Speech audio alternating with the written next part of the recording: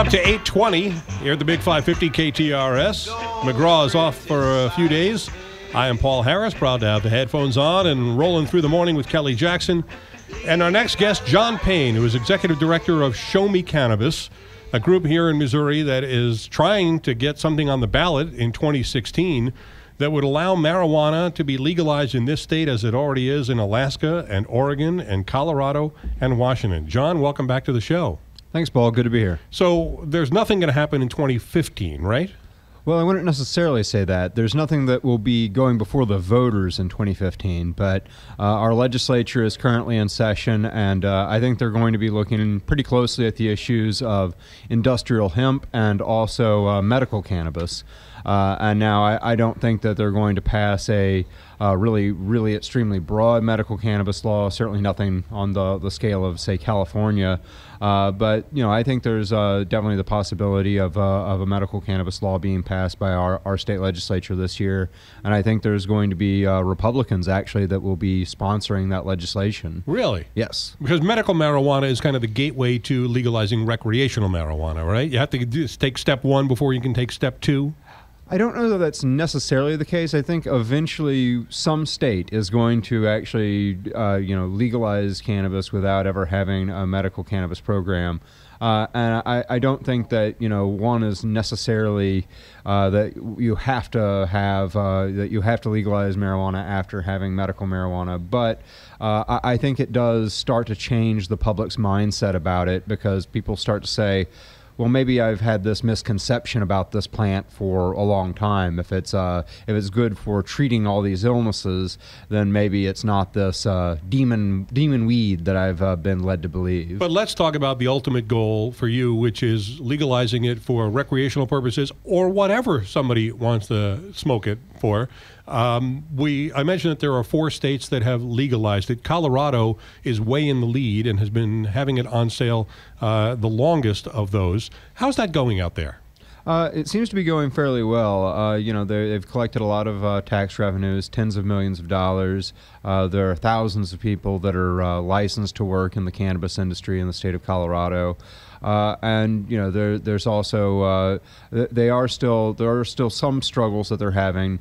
They're still trying to get rid of the black market completely. Some of that problem, though, is that they have cities that have banned the dispensaries particularly in eastern Colorado, where it's still pretty conservative. And so in those cities, obviously, there's no legal market, so the black market persists out there. I was going to ask you, how can there be a black market for something that's legal?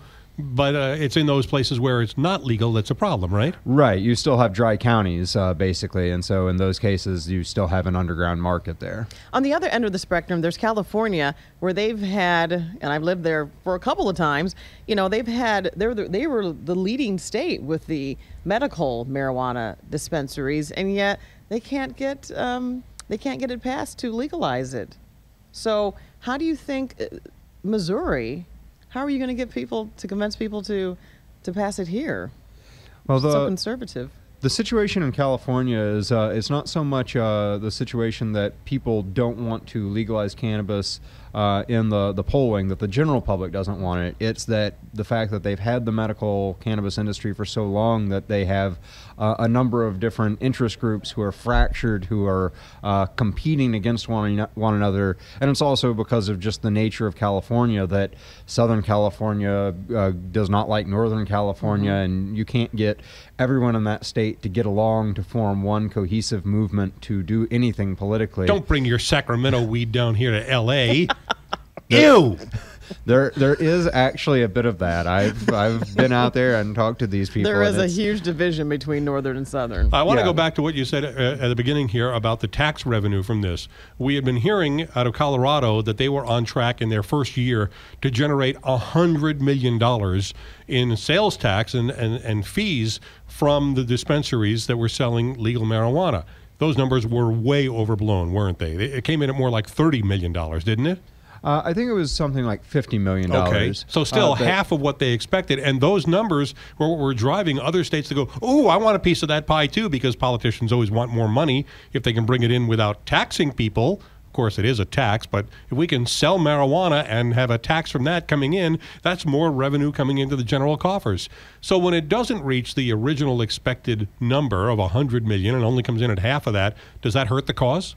You know, I think it does a little bit, but I think partly the problem is that they were the first year projection was not ever. I don't know that the first year projection was $100 million. That was the long run projection for once the industry was going to be fully up on its feet, and you know what it was going to be once all the stores were opened. Oh, okay. And so I think, you know, the tax revenues are going to continue to increase, but we're going to have to see, you know, exactly how large that industry is going to be. But a lot, you know, the stores are continuing to open all the time out there. A lot of this is the bureaucracy can only turn so fast in processing applications, opening new stores, and also, you know, there's at a local level, like I said, there's still a lot of fight as to, you know, getting new places to allow people to distribute cannabis at a local level.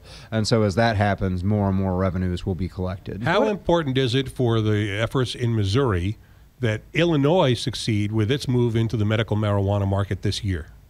I think it's fairly important. I think it's or at least that it not be considered a failure. If, you know, Bruce Rauner or a new legislature comes in and just says we're not going to do it, then, you know, that's just becomes an experiment that was never tried, and I think that can just be chalked up to, well, that's not a failure, it's not a success, it's just something that never happened. Mm-hmm. But if it's perceived as a failure, I think that could be very bad for us.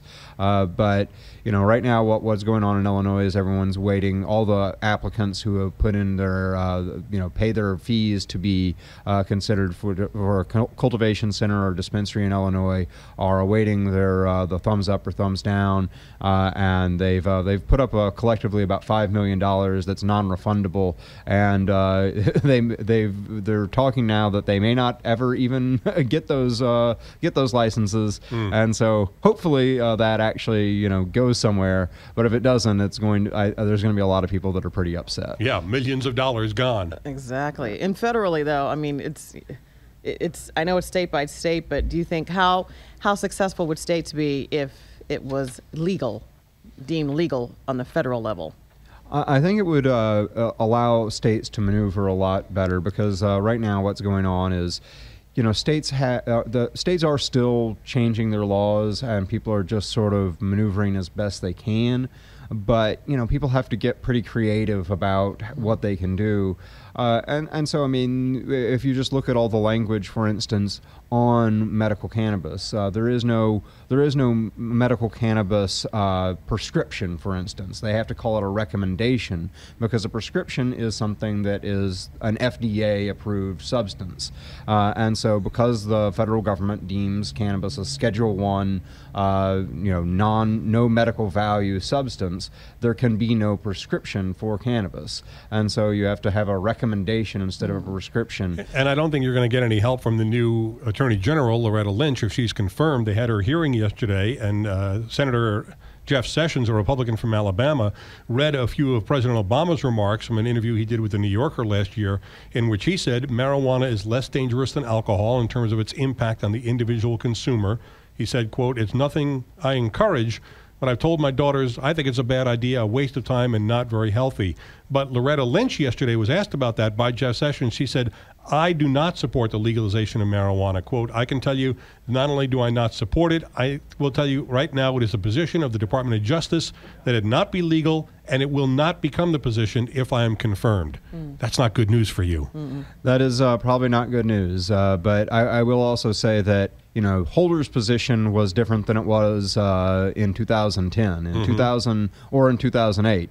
In 2010, when California was considering the legalization of cannabis, Holder went out to the state and said that if California approved legalization, that the federal government would use all its resources at its disposal to come in and shut it down. And then in 2012, when Colorado and Washington actually did it, they changed their tune and they said, okay, well, we're gonna set up these guidelines for how legalization might actually work and how we can work with the states that pursue it. And so, you know, I think that as states continue to do this, the federal government, regardless of how one individual within it feels about it, they're going to have to acknowledge the reality that this is something that's happening and figure out a way to work with what's happening rather than fight against that tide. Well, we'll keep our eyes on your efforts to get it on the ballot in 2016 and see how that proceeds through 2015 as well. Thanks so much for coming in here today. Thank you for having me. John Payne, Executive Director of Show Me Cannabis, here on McGraw Live in the Morning with Paul Harris and Kelly Jackson on the Big 550